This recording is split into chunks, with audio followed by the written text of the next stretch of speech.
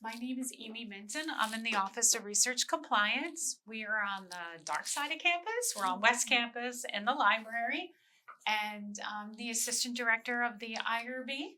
I have been at Stony Brook for 24 years. I actually worked in OBGYN back in the 90s. I worked for Michael Pearl, believe it or not. And it's kind of funny because he's retiring, but that's how young I was back then. So I worked in GYN oncology, radiology as a research coordinator, and then I joined the IRB and they had a position open, and that's where I've been for 14 years in that office. So Heidi asked me to come today. We got a long laundry list of topics to cover. I may talk a little quickly just so we can get through them, and then if we have, we'll have time for questions. This is the fourth time I'm giving the lecture, so I'm getting pretty good at it. And, so what are we going to talk about? So how to determine if a proposed project meets the definition of human subjects research. That's the biggest question I get. Amy, do I need IRB approval? This is what I want to do. Overview of the categories. So the federal categories are exempt, expedited, and full board review. How to submit your application of My Research. At Stony Brook, we're an electronic system. It's called My Research. It's a Huron Click product. We're going to talk a little bit about informed consent and the consent process. I witnessed consent forms, so I'll tell you what I'm looking for and what I think you should do. How to submit protocol modifications. You got your study approved. That's wonderful. That's great. You want to change it. How do you do that? Human subjects training. We're going to have to talk about that because everybody has to have current human subjects training on file when you do research. Clinicaltrials.gov. And then case reports. You guys on this side of campus do a lot of case reports, so I thought we'd talk about that.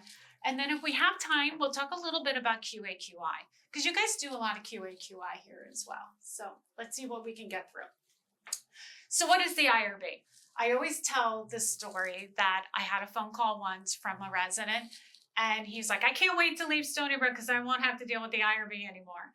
And I just kind of laughed and I was like, well, guess what? Everywhere you go, you can go to Cleveland, you can go to Canada, you can go, everybody's got an IRB. So in this country, they're federal and mandated. So, and we receive NIH funding. We receive federal funding at Stony Brook. So we have to have an IRB here. The regulations require at least 5 members, 1 scientific, 1 non-scientific, 1 member not affiliated with Stony Brook. So we have somebody from BNL, we have had priests and rabbis on the IRB, we have nurses and doctors, and we have all different people from all different walks of life that are on the IRB. Stony Brook has 1 IRB, it's about 40 members, and we have 1 meeting a week. So those members plug into those meetings. The meetings are about 90 minutes to an hour. The full board reviews any issues. Full board studies, which are generally greater than minimal risk. So your drug devices, those type of studies go to full board. So what is the definition of research? So if you come to me and say, here's my idea, do I need IRB approval? What do I look at? So I will say to you, well, here's the definition. A human subject means a living individual about whom an investigator conducting research obtains information or biospecimens through intervention or interaction with the individual and uses, studies, or analyzes the information or biospecimens, or obtains, uses, studies, analyzes, or generates identifiable private information or identifiable biospecimens. And part of the definition includes that it's a systematic investigation, including research, development, testing, and evaluation, designed to contribute to generalizable knowledge. So what I say to people is, you have a hypothesis. You want to collect data. You're going to analyze that data to answer that research question. You need to come to our office because then you're hitting the definition of research, right? And another question that I get a lot is, what is minimal risk in research? What do you consider minimal risk? So the probability and magnitude of harm or discomfort anticipated in research is not greater than those ordinarily encountered in daily life. So me driving here this morning on 347 was minimal risk. If I draw your blood for a research study, we consider that minimal risk. If you're going to have a PET scan with a radioactive tracer that's not FDA approved and I'm going to put an A line in, that's greater than minimal risk, right? So that kind of makes sense. When is the activity not human subjects research? So as physicians, your clinical practice is not research. I'm a patient in the OBGYN clinic. I come to you with an issue. You treat me according to your clinical practice. That's not research. Scholarly and journalistic activities are not research. Case reports, which we're going to talk about a little bit later on, up to 3 are not research. Hospital-endorsed QA/QI activities are not research. They don't meet the definition of research. And I'll talk about that. Hopefully we'll have time to talk about that. And public health surveillance activities are not research. Think of COVID. The height of COVID, had a ton of those. None of those needed IRB approval, right? Because they were public service health surveillance activities with COVID and the rates of COVID. What are the levels of IRB review? And this again is federally mandated. These are their categories. There's an exempt category, an expedited, and a full committee review. So exempt are generally low risk, minimal risk, anonymous surveys, maybe educational activities. Those we review in the office. We have IRB assistants who do those, and those your approval is good forever, right? Unless you want to change something, you come back to us. Expedited is another category in federal regulations. There's 9 of them. And so expedited studies could be a blood draw, maybe a survey that's kind of sensitive and it's coded, an fMRI study without contrast. No contrast would be minimal risk. And so those are expedited studies, and those get shared with the reviewers on the committee, and then the full board review. So full committee review is your drug, devices, things that are greater than minimal risk, so things that would put you at risk more for harm than your everyday life, or studies that don't fit into the exempt and expedited study. And so I always use computer science kind of like as an example, because they do virtual reality research. They sometimes have robot research where you're going to interact with a robot, and it doesn't fit the federal categories of exempt or expedited. They were written in the 60s and the 50s, so they didn't think about virtual reality back then. So if it doesn't fit into criteria, then you got to go to full board. And then the full board reviews it, and then they're like, oh, okay, it's minimal risk, and going forward, you then get reviewed as a minimal risk study. So how do you submit your IRB study to us? You have this idea, you have this research study project, and you want it to come to us. So the system we use is called My Research. It's a Huron-Click product. It's all electronic. You're going to use it for your conflict of interest, contract, grants. Stony Brook has one system, kind of does all. Reliance agreements. And this is how you get to our website to get on to everything. So this is why I have our landing page here. You can see there's human subjects, external IRBs, animals, biosafety. There's also QA/QI, export controls, COI, there's 2 more rows of things that you can click on. Our meeting dates are up here. We have a suggestion box as well up here. And when you click on the human subjects landing page, here's all your instructions. This is where you're going to want to go. So we have submission guidelines, which shows you how to create a submission. And these tutorials we have, they're like PDF screenshots, are really helpful. It'll save you a lot of time, and they're quick to help you do your submission. You can also see the meeting schedule if you have something you think needs to go to full board. And then policies and procedures, our SOPs are on the left as well.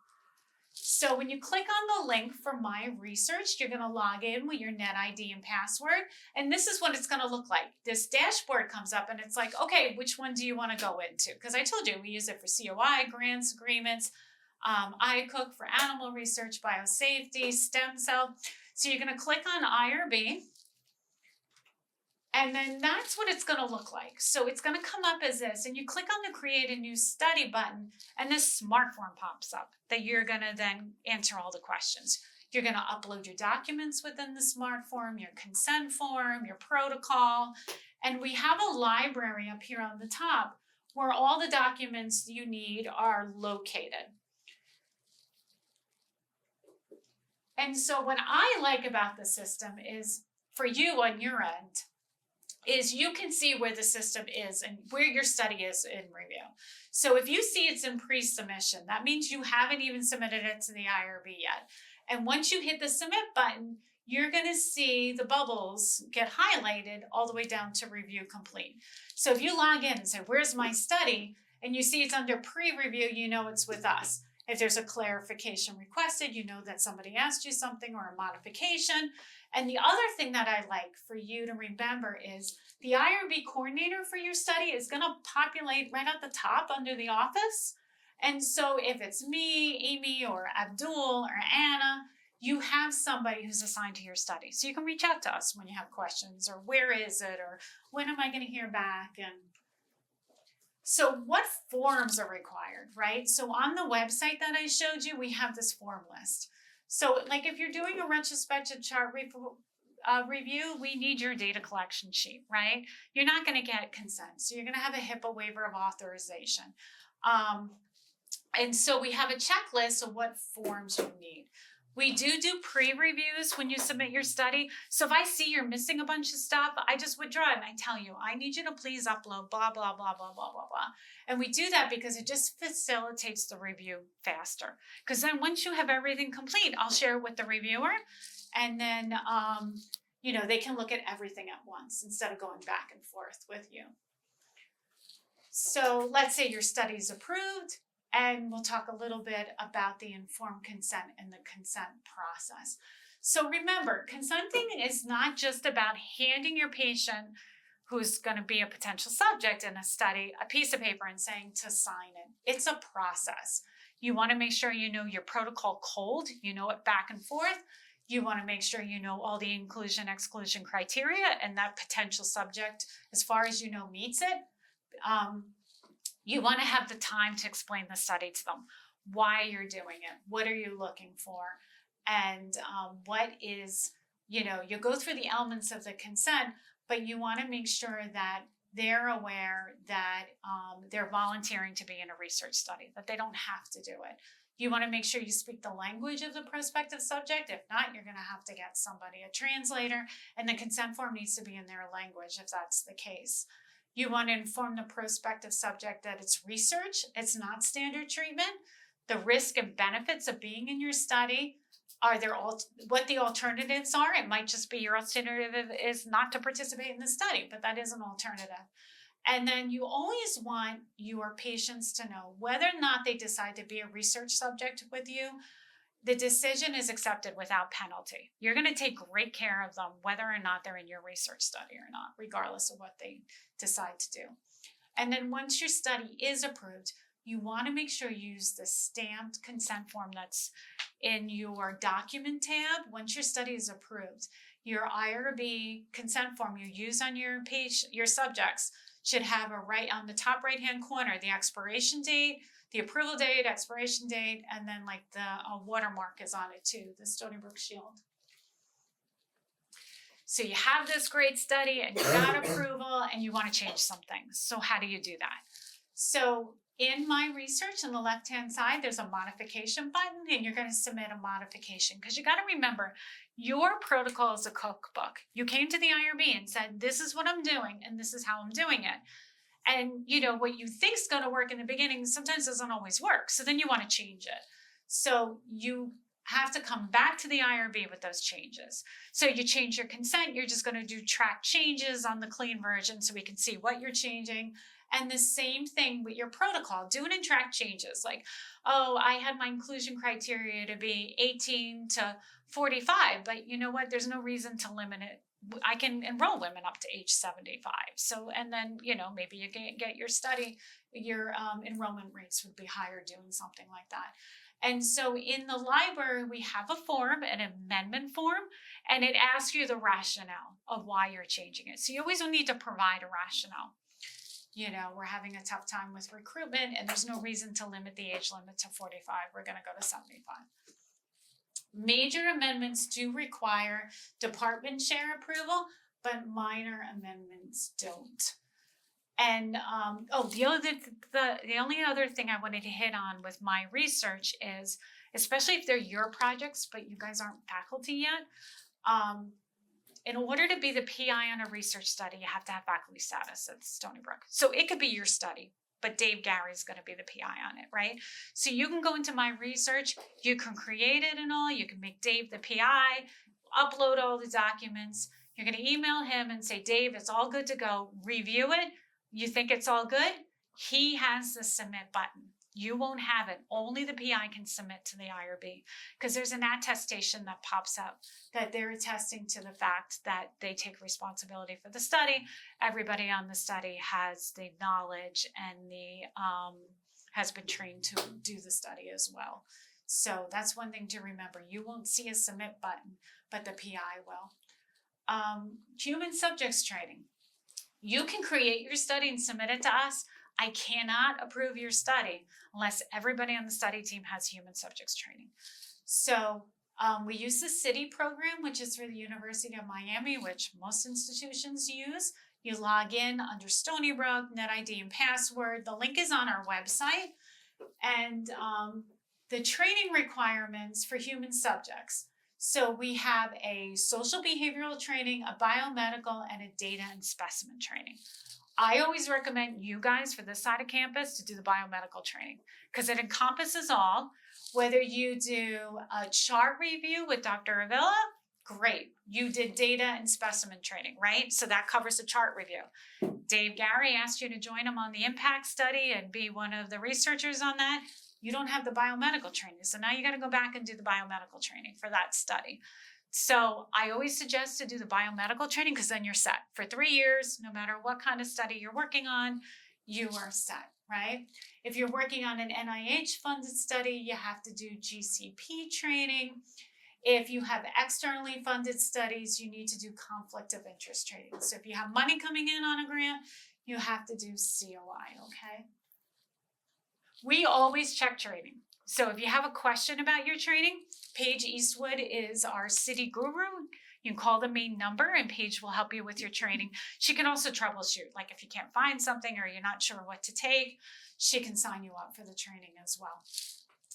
I was asked to talk a little bit about clinicaltrials.gov. I don't know if any of you have ever heard of it or ever been on it. So clinicaltrials.gov is a website and online database of clinical research studies and information about their results. The purpose of clinicaltrials.gov is to provide information about clinical research studies to the public, researchers, and healthcare professionals. So the NIH, released this back in September of 2016. I think it went live 2018 or 2019. It became a mandated requirement that we've been doing. And so then the FDA followed suit and said, yep, you're going to use FDA drugs and devices in clinical trials. You have to register them as well on clinicaltrials.gov. So the institution, meaning Stony Brook, requires PIs of certain investigator-initiated clinical trials to comply with federal requirements concerning registration of their studies on clinicaltrials.gov. And it's supposed to be registered no later than 21 days after enrolling the first participant. Okay, and then there's like this big long explanation on who needs to post their clinical trial. So if you have any funding from the NIH, part or whole, and it meets the definition of a clinical trial. So does the study involve human participants? Are they prospectively assigned to an intervention? Is it designed to evaluate the effect of the intervention on participants? And is the effect will be evaluated on a health-related biomedical or behavioral outcome? And then there's also if it's not funded by the NIH. So you still have to do it whether or not it's funded by the NIH, and then there's criteria for that as well. We have somebody in our office who handles clinicaltrials.gov. Her name is Luann. So if you ever have a question like, do I have to register this? Does it meet it? Luann can help you. We have the username and password, which has instructions, and we have to be compliant for that because you can get fined if you're not doing that. And also, in addition, many ICMJE journals are requiring it now as well. When you go to publish, if you have a clinical trial and you want to publish it with them, they'll be like, okay, what was your clinicaltrials.gov registration number? Because they want to make sure you were compliant with that regulation at all. Okay, so let's talk a little bit about case reports. So case reports are not research. They may stimulate research, but they're not research. You're reporting on an instance something, on a treatment experience, up to 3 cases. It assumes you did not deviate from the practice of medicine at all, and you did not maintain extra data records for the sake of future reporting of cases. So when I worked in radiology, they would image people, you know, x-rays, CAT scans, MRI, and they would always find funky things. A weird bone, something that wasn't supposed to be there that is, right? And so they did a ton of case reports when I was in radiology. We did a lot of them. So up to 3, you don't need to come to our office. You can report them and put them out there in the literature for people to see what you saw or how you treated your patient and how she made out, right? If you have more than 3, I had somebody call me and said, well, I have 40. It's a case series. And I'm like, no, 40 is a retrospective chart review at that point. And he actually had a hypothesis. So he had a research study, but he was calling it a case series. But we don't let you go over 3, okay? So if you have more than 3, you need to come to the IRB. And I have some information here on some additional resources. Our office, like I said, Paige is very helpful. You can always contact me as well. And that's our website and the Department of, you know, Health and Human Services, HHS, I have there too. And since we have the time, I just want to talk a little bit about QA/QI because you guys do a lot of that. Okay, so. Sorry, I'm talking so much. So let's talk about QA/QI, especially on this side of campus. QA/QI doesn't meet that definition of human subjects research, and I'll tell you why. Let's get back to our definition.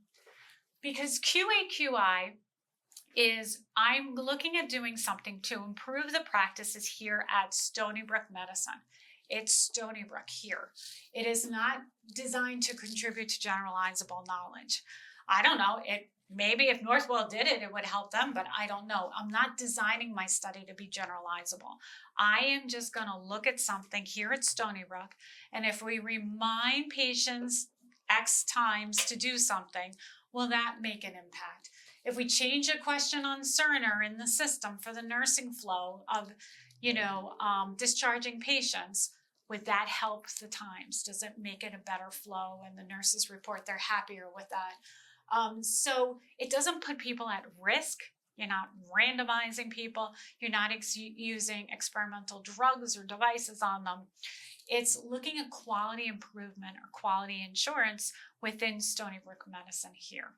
Okay, so that's why it doesn't meet the definition of research, because it's not designed to contribute to generalizable knowledge. It may, but it's not designed to that. It's designed just for here, our patients, our practice, and we're looking at improving something or seeing a flow or a rate and see if we can improve upon it. And it doesn't put people at risk. QA/QI here gets submitted on Qualtrics. So on our landing page, like I told you, there were more boxes. One of them is quality insurance and a quality improvement box. So if you click on that box, it'll tell you how to submit QA/QI here at the hospital. So QA/QI gets submitted and reviewed to the CMOs. Oh, bless you. The chief medical officer. There's a group there. There's Eric Morley and 5 minutes. Thank you. This group reviews your QA/QI. So there's an application you're going to fill out. You're going to tell them what you're doing, what you're looking for, how you're going to do it. There's a little QA/QI training that there's a link you take, and I think it's a YouTube video or something like that. I haven't been on it in a while, but that you take that training and you submit it. They're going to review it and they'll let you know if, yes, you can do it. It's QA/QI and you can do it. If they think it's research, they're going to bounce it back to you and say, you know what? This is a research study. You have to go to the IRB office. And sometimes they call us and we talk about what you want to do on the phone, and we say to them, you know what, send it over here. It's research. Or you know what, it is QA/QI. We think it's QA/QI because of X, Y, and Z. So that's how you submit QA/QI on this side of campus for you. If you want to do a QA/QI project, you're going to do it through Qualtrics. Let's say you do submit it to the IRB and I get it and I know it's QA/QI, I will make you a determination. Like I'll go through and review everything and say, you know what, Melissa, your study is QA/QI. You need to go to the CMO and get approval through that division. We give you the information and the link on how to do that. Okay? I would think my parting words would be, I know this is a lot of information in a short period of time, is If you have any questions, to contact us. You want to come to us first before you do any research. We don't give you retroactive approval. So it's not the type of thing where you can ask for forgiveness after you do it. You have to come to us first, okay? If you have any questions, let us know. We'll take a look at it. We'll tell you, does it meet the definition of research? Do you need IRB approval? Do you need QA/QI approval? Any questions, you can just always contact and call the main office, or you can ask me any IRB related questions or forms. We're there to help you, so we can help facilitate your research so that you can be successful with it. Okay, any other questions? Yes. So the consents, I know that there's just a consent in your language. Is there someone, or is there a way to get your consents translated that's like official? Or That is an excellent question. So what the IRB requires is that you get it translated and you give us an affidavit of accurate translation by the person who translated it. You can use whoever you want. Okay. So you can go to a translation company, you can contact Clinical Trials Group and say, hey, do you have anybody that can translate this to, we just require that has an affidavit of accurate translation. Okay. Okay. Any other questions?